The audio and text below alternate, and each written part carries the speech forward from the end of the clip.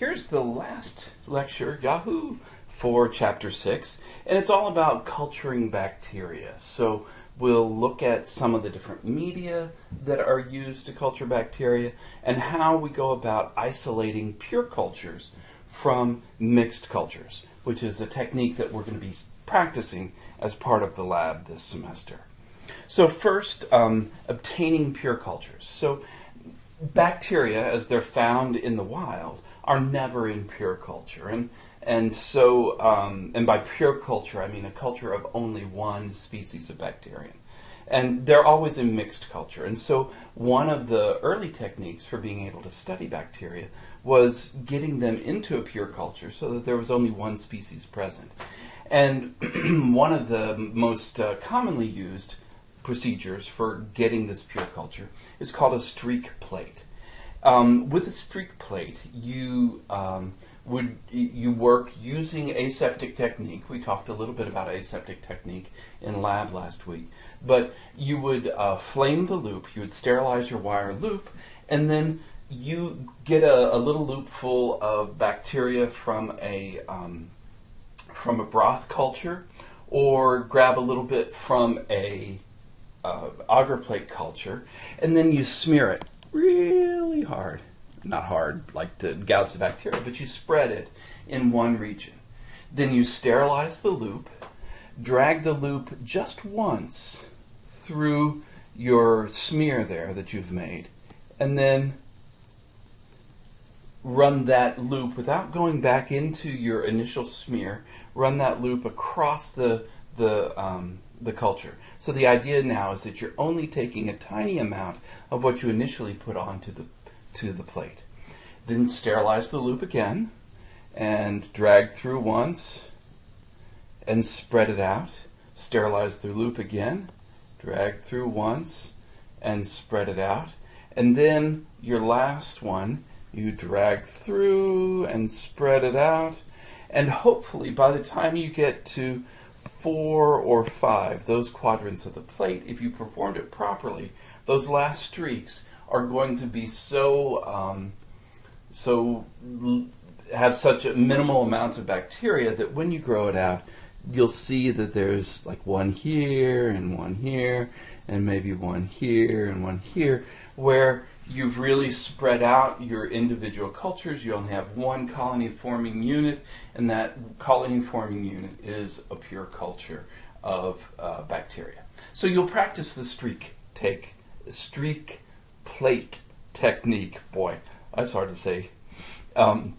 There's another technique that can be used. It's called the pour plate method. When you use pour plates, you make a serial dilution. So this is for another technique that only works with broth cultures of bacteria. So you do the same thing that we talked about in the previous lecture on counting bacteria. You would make a serial dilution where you take 1 milliliter from your suspension, your culture of mixed bacterial cells, move that millimeter into 10 milliliters of water, of saline, so it has a little bit of halides in it. Then mix that up, take 1 mil, mix that up, take 1 mil, mix that up, take 1 mil, mix that up, take 1 mil, mix that up, take 1 mil. So that you get down to a relatively speaking, low number of bacteria. Then you would use a mil of that final dilution and mix it in with exactly 9 milliliters of melted and then slightly cooled agar, and pour that whole mixture into a sterile petri dish. And then once again, incubate it, let it grow, and if you've done it properly, then the plate will have just a small number of these isolated colonies kind of embedded in the agar. And this technique is especially useful for growing the microaerophiles, the ones that grow best at sort of a moderate amount, a slightly reduced amount of oxygen, because their colonies are going to be deep in that they're deep in that agar that you've poured, and so as they use up oxygen, they will create their own perfect microaerophile conditions. Okay, so those are two ways that we can isolate bacteria from a mixed culture. Now let's talk about the medium themselves that we grow bacteria on, that we use to culture them. And we can kind of roughly divide the media that are used into two groups. There's the defined synthetic medium, where you take water and then you mix into it isolated elements to build a medium that works for your bacteria. So it's a very well-defined set of ingredients that are used to make this culture medium. Most of the media that we use, in fact almost all of the media that we use, rather than being defined, is actually a complex medium, where we have a general idea of what's in it, but it's not been built up from very specific and single-sourced ingredients. So, for instance, many the media makers will take all the leftover parts from a slaughterhouse, boil them all together, and then make a nutrient broth that they might add some other materials to as well. But the main base of this nutrient broth is, beef, like cow parts, that are boiled and then strained because there's so many nutrients. So we don't know exactly what the array of chemicals are in that. It could be determined, but it's probably not worth doing. But we know that is, because it's time tested, we know it's a good medium to grow bacteria in. So the chemical composition could vary slightly from batch to batch, but the kinds of ingredients that go in are nutrients in the form of meat and fish and soy products that are boiled up to make the broths. Vitamins, so we add yeast extracts, so we grow yeast, brewer's yeast, or it could be a byproduct of the brewing industry even. So yeast extract is added. We add amino acids by taking proteins and breaking them down. So peptone is a protein that has been subjected to a number of different proteases, enzymes that break proteins into individual amino acids. Casein, which is the protein that's found in milk, is another one that can be digested and then release the amino acids. And then for fastidious bacteria, or if you're wanting to see whether bacteria can break up blood vessels to utilize blood cells, if that bacteria can break up blood cells to utilize the nutrients inside blood, then blood serum or even whole blood may be added. And again, these are byproducts of the meat packing industry. So they use sheep blood and goat blood, and it could be horse blood, which isn't about meat packing, but yeah, I'm not sure what the source of horse blood is. I don't even want to think about that. For some reason, horses don't deserve to die. Okay, so defined synthetic media versus complex media, where we don't know exactly what it is, but we have a reasonable idea that it's going to be a good medium to grow bacteria on. Okay, so now the medium that we make can be built in a way that it helps us to either grow the bacteria, the specific bacteria that we want, or to determine what the bacteria is. So a selective media is one that allows or encourages the growth of some bacteria while preventing the growth of other bacteria. So there is a formulation for an agar called SPS agar. It has the antibiotics sulfadiazine and polymyxin sulfate, so that's the SPS of SPS agar. And it's used because it will allow the growth of botulism bacteria, so that's Clostridium botulinum. It's the causative agent for food poisoning botulism. But it suppresses the growth of other Clostridium species. So there are some non-worrisome species of Clostridium, and then there are some Clostridium that cause other kinds of diseases. And if you're wanting to just find botulism, which would be a food testing thing, then SPS agar can be used to do that because it kills off all the other botulism or Clostridium species, allowing Clostridium botulinum to grow. McConkey agar is an agar that contains crystal violet as well as bile salts. Bile salts are a component of bile, and so between the crystal violet and the bile salts, we see suppression of the ability of any gram-positive bacteria to grow, but the gram-negatives can grow. So if you're looking for E. coli, for instance, and you don't care whether you see anything else in whatever it is that you are checking for E. coli in, the McConkey agar will let the E. coli grow, but no other bacteria are able to grow on it. So that is a selective media. It selects for specific bacteria while preventing others from growing. A differential media is one that lets you distinguish among different types of bacteria because the bacteria respond differently to components of the agar. So it produces an observable difference in colonies of many different bacterial species. So with differential media, we see that different species can frequently create different colored populations, or the pH that the byproducts of the bacterial growth may change the color of the agar so that you can identify a species. So SPS agar, while it's a selective agar, it can also be used as a differential agar because Clostridium botulinum, as it grows, it produces hydrogen sulfide, H2S, and that H2S changes the color of the agar to black. And so SPS agar has this ability to be differential as well as selective.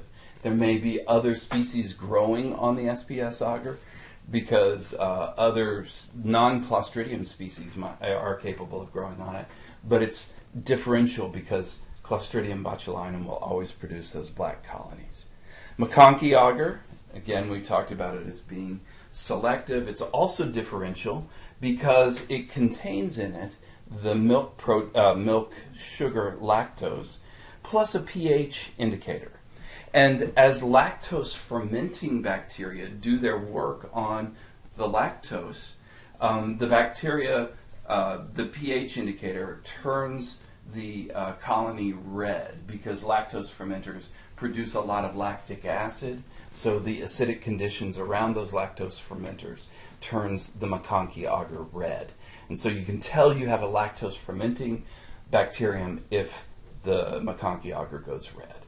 And then finally, Chrome agar E is a really amazing agar because it can distinguish between lots of different bacteria by the coloration that it turns.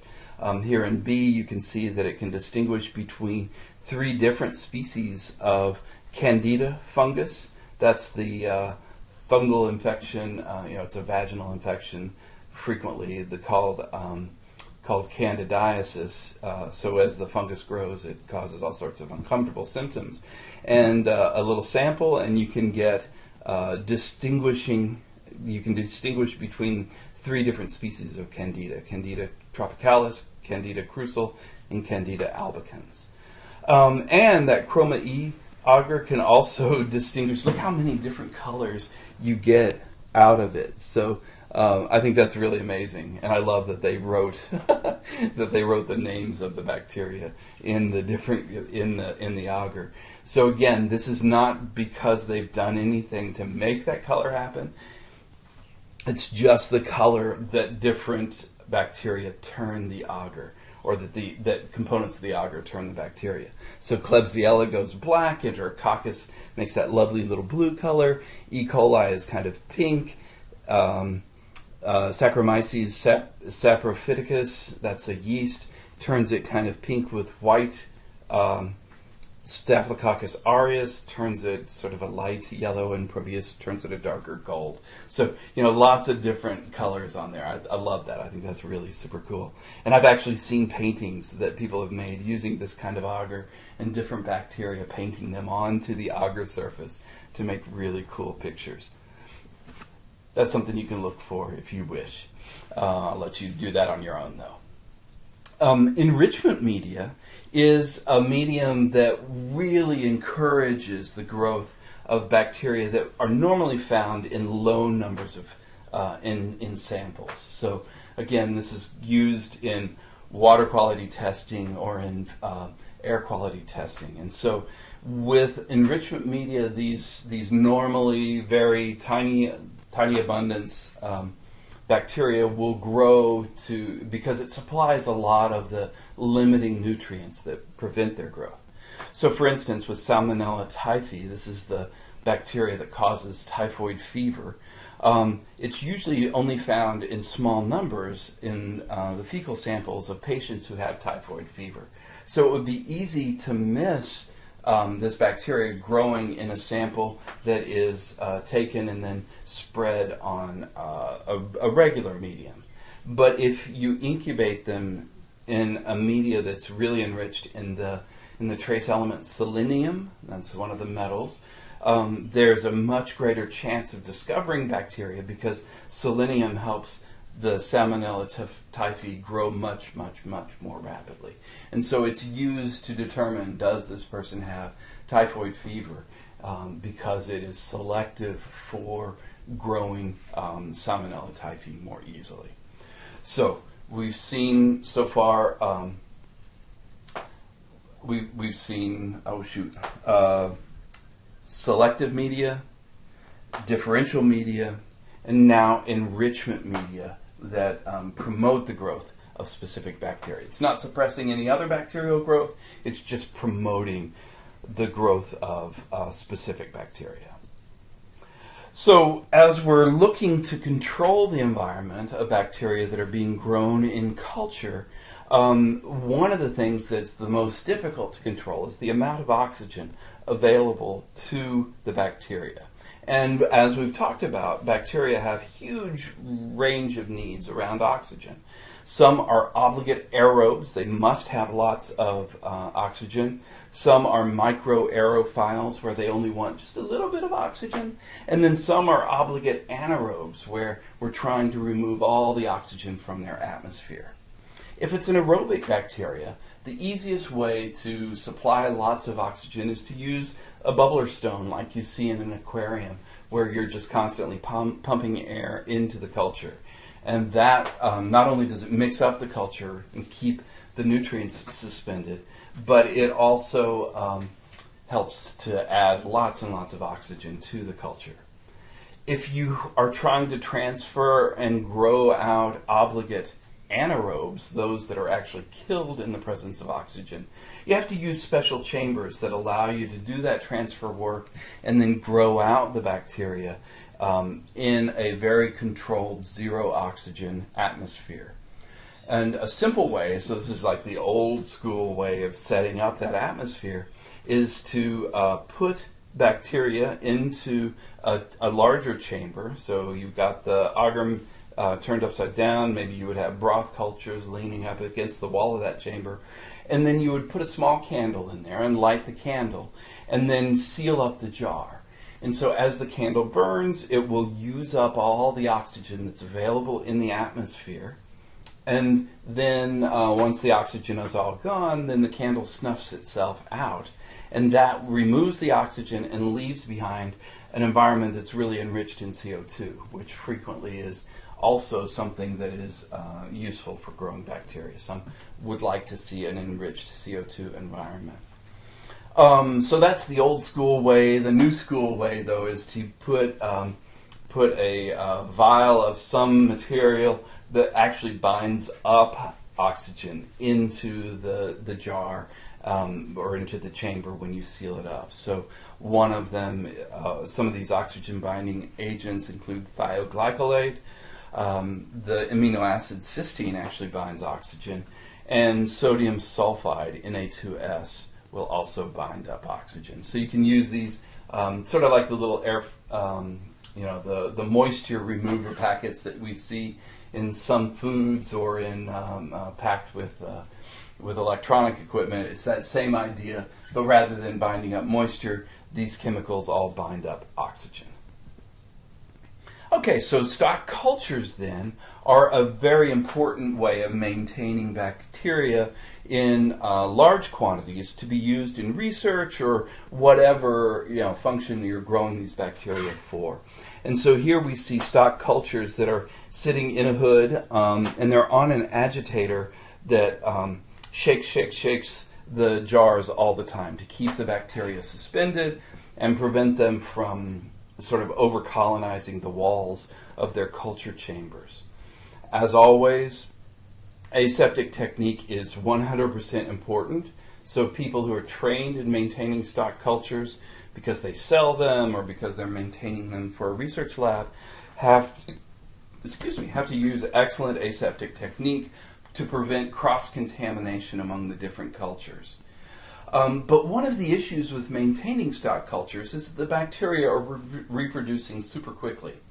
And in the processes of reproducing the chromosome, it frequently happens that a mutant will arise in the bacteria, and perhaps that mutation isn't one that kills the bacterium, but instead is a mutation that has no effect at all on the growth of the bacteria, but could have effects on your research.